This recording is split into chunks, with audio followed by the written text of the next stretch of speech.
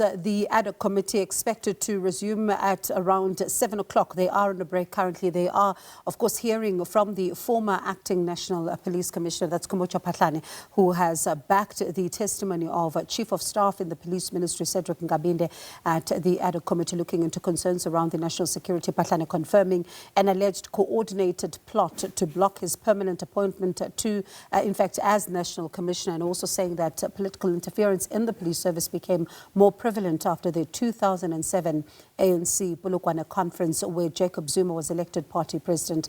Phahlane also, of course, remember, was fired from the police service in August 2020 for his role in a procurement scandal, and is the first witness before the Ad Hoc Committee this year. Let's get some analysis now. We're joined by Dr. Lennit Max, who is a security expert and former Western Cape Police Commissioner. Dr. Max, thank you so much for your time. Good evening to you. And we've heard quite a lot, but also this morning we saw a bit of a frosty exchange between himself and the evidence leader, but immediately when we were able to get a sense of what he wanted to say and what is going on, it's startling allegations nonetheless. Perhaps let's start with political interference. And I want to know from you what you've heard. Does it shock you at all? Let me first say, what happened this morning is because of the frustration of Lieutenant General Phahlane.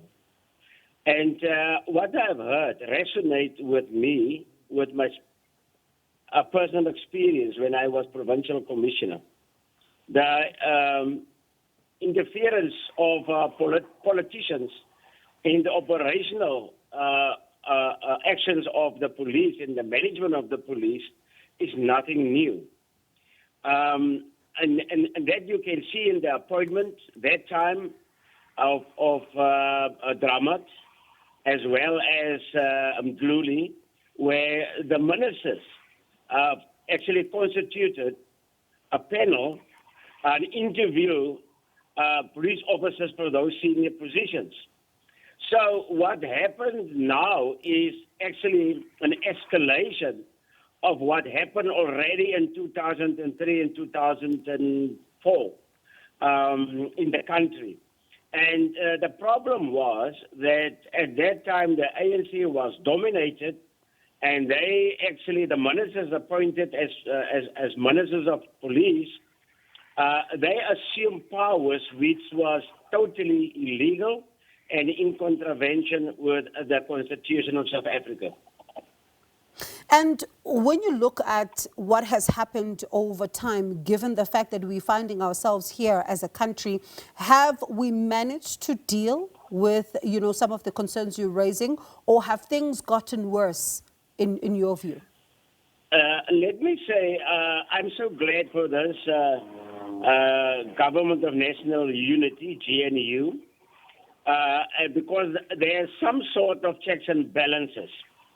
But to really eradicate this political interference in the police and as well as other departments, my proposal is that there should be an amendment of the Constitution.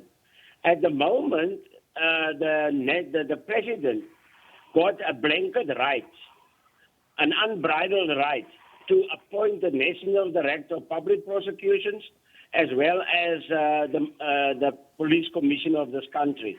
And I think that once the Constitution has been amended to allow for the Parliament to interview these candidates and make proposals and recommendations to the President, it would have been much better. It would have been much better as the current situation. So what is another serious, great concern to me is the alleged interference of Paul Sullivan in IPID affairs.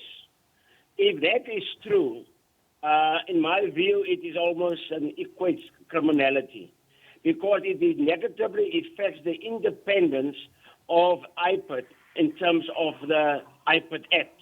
And that is a very, very serious. And you can see from my observation actually is that Phahlane was still is hurt by the decision. He regarded himself as a fully fledged police officer and not a fly-by-night, as he mentioned it. And that happened to me as well, as Provincial Commissioner of the Western Cape. So, once they had their candidate in the new candidate, then they try to actually remove you, and they use the media to paint you very badly in the public eye.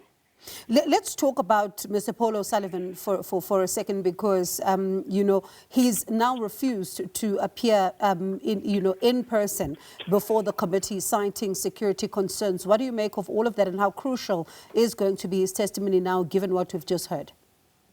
Yes, Sullivan actually accuses the Provincial Commissioner of KwaZulu-Natal, Nhlanhla Mkhwanazi, as a criminal, and other people as well. And it's for some time now that Sullivan interfere with police activities, and he's got his own opinions about what is wrong and what is right, and who's a criminal and who's not a criminal. And at the moment that you play that particular role, you can't cry foul afterwards.